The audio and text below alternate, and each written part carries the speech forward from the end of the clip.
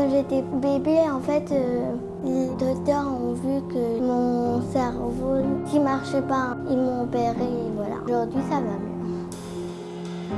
L'hôpital a changé ma vie parce que maintenant je vois 1/10 d'un œil où je ne voyais que 2 ou 3/10. Je suis arrivé ici parce que j'avais un grain de beauté qui poussait sur la paupière inférieure. J'allais voir régulièrement ma dermatologue et elle m'a dit qu'elle-même ne pouvait pas intervenir, elle n'avait pas les outils ni la connaissance. Elle m'a donc conseillé de venir à l'hôpital Fondation Rothschild où là, elle était sûre que je pourrais être pris en charge correctement. Et quand je suis ressorti, j'avais même pas de couture, j'avais rien du tout, j'avais juste une toute petite cicatrice qui en une semaine s'est quasiment résorbée.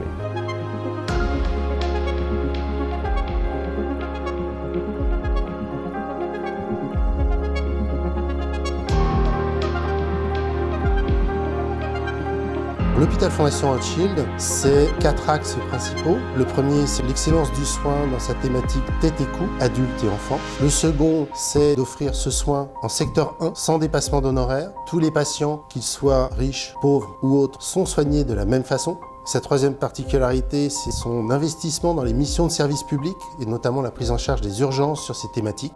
Et enfin, sa quatrième particularité, c'est son ancrage hospitalo-universitaire, une dynamique de recherche depuis une quinzaine d'années maintenant.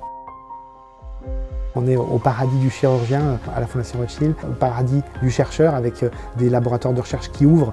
C'est un anachronisme en 2020 d'avoir au sein d'un hôpital à but non lucratif l'ouverture de laboratoires de recherche qui nous permettent d'être parmi les plus compétitifs en France et j'espère un jour dans le monde. C'est un hôpital à échelle humaine. Le fait d'avoir une unité d'hospitalisation pédiatrique à part a permis justement d'apporter une certaine humanité dans ce service. La salle de jeu, comme le reste du service, c'est fait pour que les enfants se sentent le mieux possible dans un environnement qui est un peu celui d'une petite école, quoi. Agathe a déclaré à 2 mois un syndrome de West atypique avec une épilepsie très forte. Du jour au lendemain, dès la date de l'opération, plus de crise. On passait de 100 crises, enfin plus de 100 crises, à 0 crise. C'est-à-dire que si on n'avait pas pu l'opérer, Agathe serait devenue un légume. Et maintenant, c'est une petite fille pleine de vie.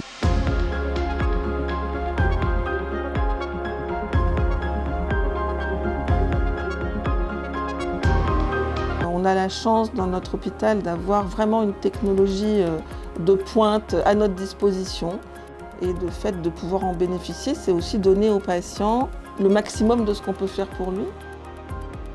Notre rôle en tant que chirurgien, en tant que médecin-chercheur, c'est d'essayer d'appliquer, de transformer les techniques pour rendre possible des traitements qui sont actuellement non possibles. Nous sommes actuellement l'hôpital qui greffons le plus de cornées en France, donc ça nous donne une responsabilité. Nous sommes également fiers de la réalisation de greffes de nouvelle génération en chirurgie adulte, mais aussi également pédiatrique. Donc c'est des premières mondiales, de réaliser des greffes hyper sélectives chez les enfants.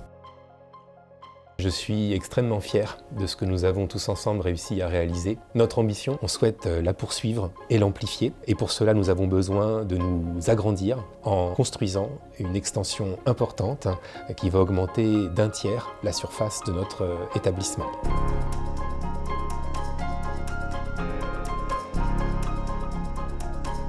Dans le cadre de ce projet stratégique d'avenir, nous investirons beaucoup dans le domaine des données médicales et de l'intelligence artificielle comme levier au service de l'amélioration de la qualité des soins délivrés à nos patients. Cette dynamique est de faire de notre hôpital un hôpital de référence qui, certainement, un jour, arrivera à vaincre les maladies que nous essayons de traiter ici à l'hôpital Fondation Rothschild.